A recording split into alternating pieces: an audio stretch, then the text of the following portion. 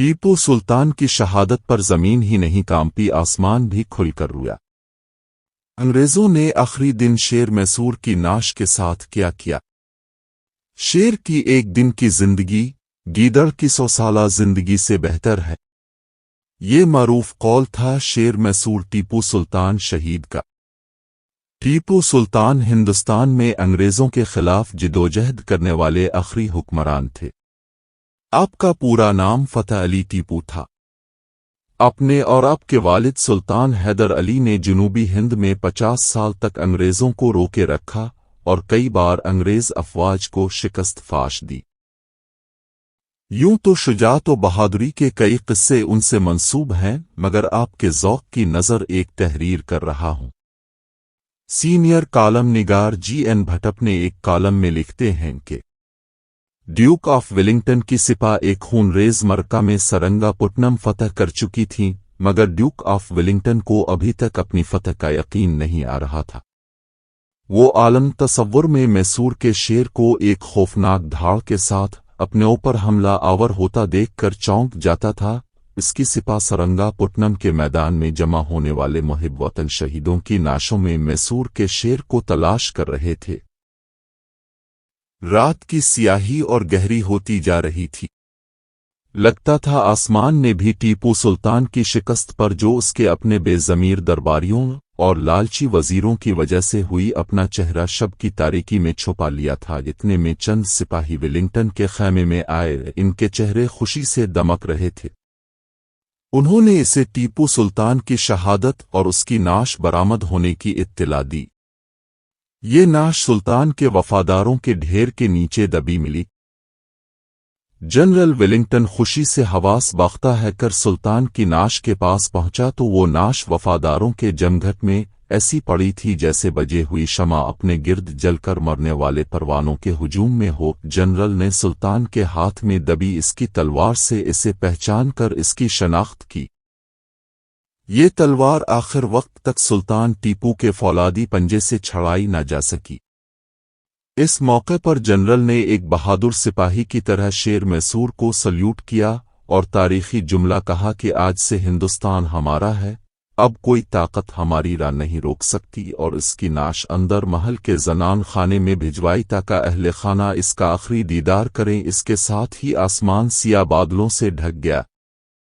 जब सुल्तान की कब्र खोदी जाने लगी तो आसमान का सीना भी शिक हो गया और चारों तरफ गैज़ व गज़ब के आसार नमूदार हुए।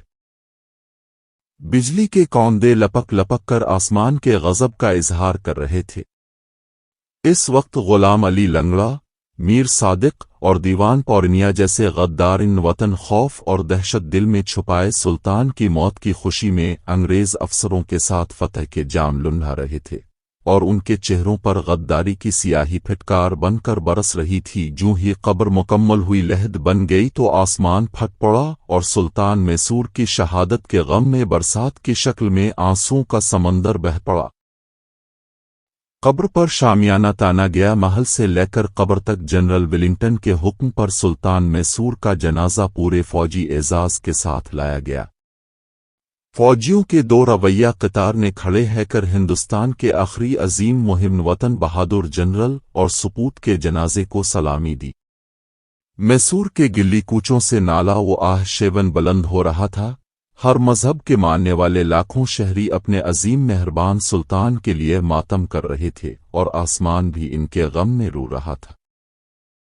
जनरल वेलिंगटन के सिपा ने आखिरी सलामी के राउंड फायर किए और मैसूर की सरजमीन ने अपने एक अजीम सआदतमंद और मुहिब वतन फर्जंद को अपनी आगोश में एक मादर मेहरबान की तरह समेट लिया।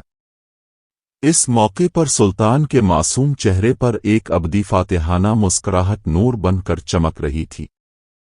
आज भी हिंदुस्तान के हजारों बासी रोजाना इस अजीम मुजाहिद की कब्र पर बिला किसी मजहब व मिल्लत की तफरीक के हाजिर होकर सलामी देते हैं।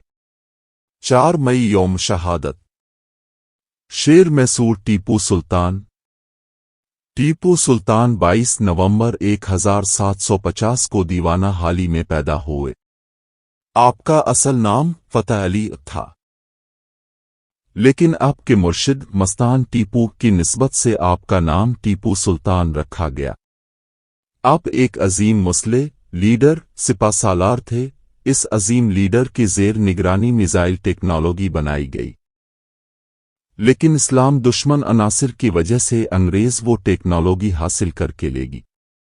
میسور کی چوتھی جنگ جو کہ سرنگا پٹم پہ لڑی گئی، سلطان کی فوج کے غدور میر صادق غلام علی پر نیا پنڈت نے انگریزوں کو خفیہ جگہوں کا نقشے فراہم کیے جہاں راکٹ تو غرق محفوظ کیے گئے تھے۔